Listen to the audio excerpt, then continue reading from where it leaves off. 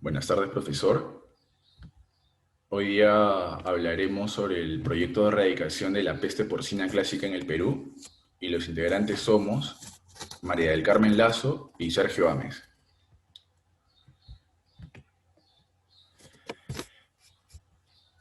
Como introducción tenemos que es un virus ARN de la familia Flaviviridae y del género Pestivirus y está relacionado muy cercanamente con el virus de la diarrea viral bovina y la enfermedad de la frontera en ovinos y caprinos. Es una enfermedad infectocontagiosa que afecta a cerdos domésticos y silvestres, como los jabalíes y pecaríes. Esto es muy importante debido a que estos animales sirven como difusores de la enfermedad a zonas libres o con una actividad viral baja o moderada. Es una es de notificación obligatoria a la OIE debido a la morbilidad alta, aproximadamente al 90%, y está controlado en Europa, Norteamérica y Centroamérica. Cabe decir que en Europa, o sea, la Unión Europea tiene como ley que cada animal infectado tiene que ser sacrificado y los animales de lato también, luego de haberse hecho las pruebas confirmatorias del caso.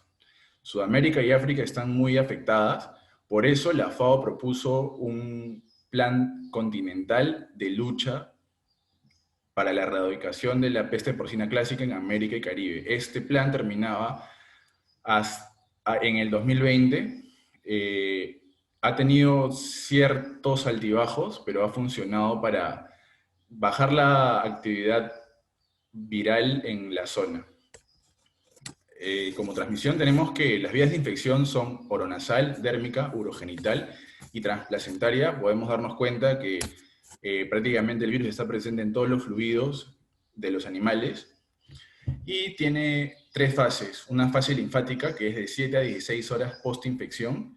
El principal órgano afectado en esta etapa es la amígdala, la fase hemática de 16 a 24 horas post-infección y la fase visceral de 3 a 4 días post-infección. En este tiempo se podrán ver con mucho más detenimiento las lesiones hemorrágicas a este nivel, a nivel intestinal. Y los órganos afectados son las amígdalas como órgano diana, el primer órgano en afectarse y del cual se extraen las muestras para realizar los diagnósticos, exámenes diagnósticos, los ganglios linfáticos, hígado, el vaso, el intestino y la médula ósea, y también el riñón.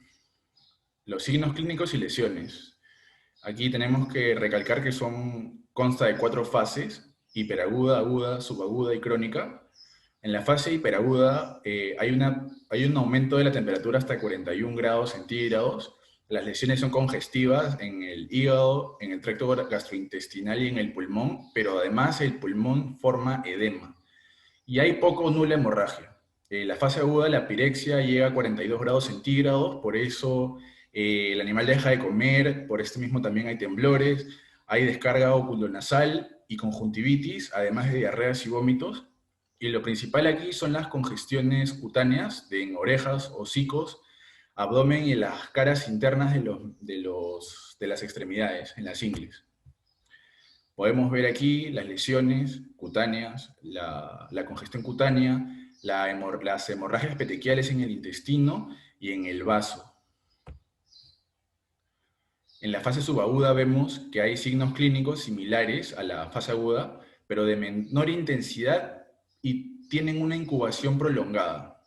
En la fase subaguda, la lesión característica son las úlceras botonosas en el intestino, mientras que en la fase crónica van a haber infecciones bacterianas secundarias, como la salmonelosis, la pasteurelosis y algunas infecciones virales.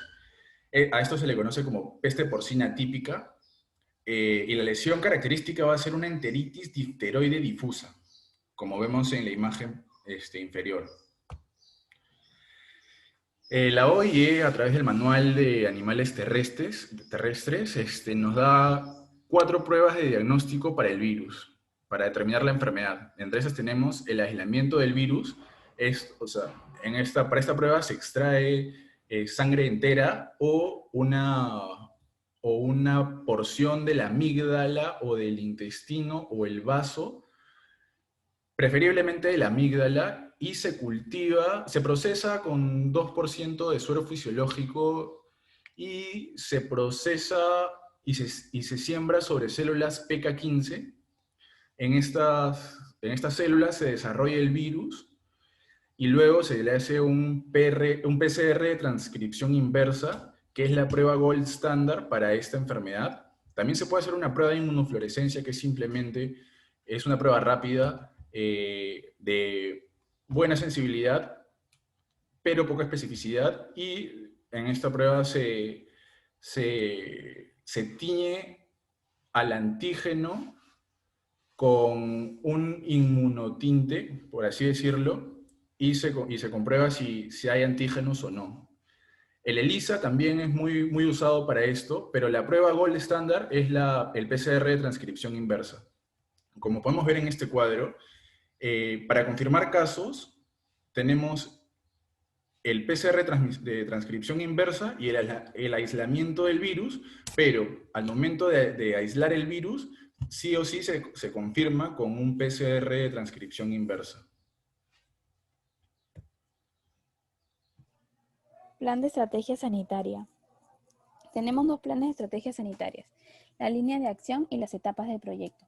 De acuerdo a la línea de acción tenemos tres componentes: inmunización de porcinos contra peste porcina clásica, vigilancia epidemiológica de la enfermedad, control cuarentenario de las enfermedades porcícolas. Y también dentro de las etapas del proyecto tendremos tres componentes: empadronamiento de productores, empleo de vacunación, monitoreo de la actividad viral.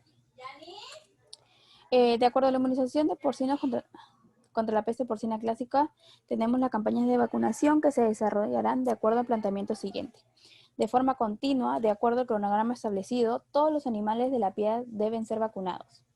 Antes de la vacunación tiene que haber una coordinación entre SENASA y los productores para poder vacunar a esos cerditos. Las granjas de baja prevalencia se vacunarán hasta disminuir en su totalidad la actividad viral en la zona. Luego, tenemos las zonas de vacunación. Tenemos tres zonas: la de baja prevalencia, la de media prevalencia y la de alta prevalencia. En la de baja prevalencia habrá un fortalecimiento de la vigilancia epidemiológica y restricción del movimiento animal. En la zona de media prevalencia, o también llamada zona de control, la vacunación será gradual a toda la población porcina. Y en la de alta prevalencia se vacunará a toda la población y habrá un comercio restringido. De acuerdo a las estrategias de control, la vacunación en caso de brotes se dará en todo el predio afectado y aledaños, y se dará una revacunación a la tercera semana. En vacunación sistémica, acá la vacunación es periódica y ya también va a ser previamente calendarizada. Acá hay dos cuadritos. El primer cuadrito es calendario de vacunación para granjas tecnificadas y el segundo cuadrito tenemos el calendario de vacunación para granjas de traspatio. En caso de granjas tecnificadas, tenemos que si el lechón proviene de marranas inmunizadas, sería oportuno vacunar de 55 a 60 días. Si el lechón proviene de marranas no inmunizadas, se vacuna la primera semana y habrá una revacunación al mes. Las marranas no se deben vacunar en el tercio de gestación porque puede provocar aborto o nacen crías inmunocompetentes. Si tenemos reemplazos, tenemos que revacunar a los 5 meses de edad, las marranas posparto a los 10 días y el berraco por lo menos una vez al año. En cambio, en el caso de calendario de vacunación para crianza de traspacio, provenientes de madres no inmunizadas, de 35 a 45 días, pero si proviene de madres inmunizadas, de 55 a 60 días. En hembras, machos y reproductores una vez al año si es que la vacuna no tiene efectos colaterales. Bueno, acá hay dos imágenes de las zonas de alta prevalencia y baja prevalencia. En la vacuna contra PPC. Esta vacuna es a base de un virus vivo lapinizado. Para vacunar tiene que estar la vacuna registrada, o sea, no para vacunar, sino para que salga al mercado esta vacuna, primero tiene que ser registrada en SENASA. Y tiene que pasar por ciertas pruebas de control. Primero por el grado bacteriológico, por la inocuidad, por la estabilidad, por el liofilizado y por la potencia. De acuerdo a las etapas del proyecto, tenemos el empadronamiento de criadores en cada región para darles a conocer las vías de acceso, rutas de comercialización y población porcina por edades. Y también para tener como que un control de cuántos productores porcinos hay. Empleo de sistemas de vacunación. Tenemos como objetivo reducir o eliminar la actividad viral en el país partiendo de la vigilancia epidemiológica. Y el monitoreo es que después de haber vacunado a los animales, de los 6 a 12 meses de haber suspendido la vacuna, tenemos que hacer un muestreo serológico de tejido para ver si alguno de ellos ha dado positivo a peste porcina clásica, ¿no? Y tener un seguimiento epidemiológico. Gracias.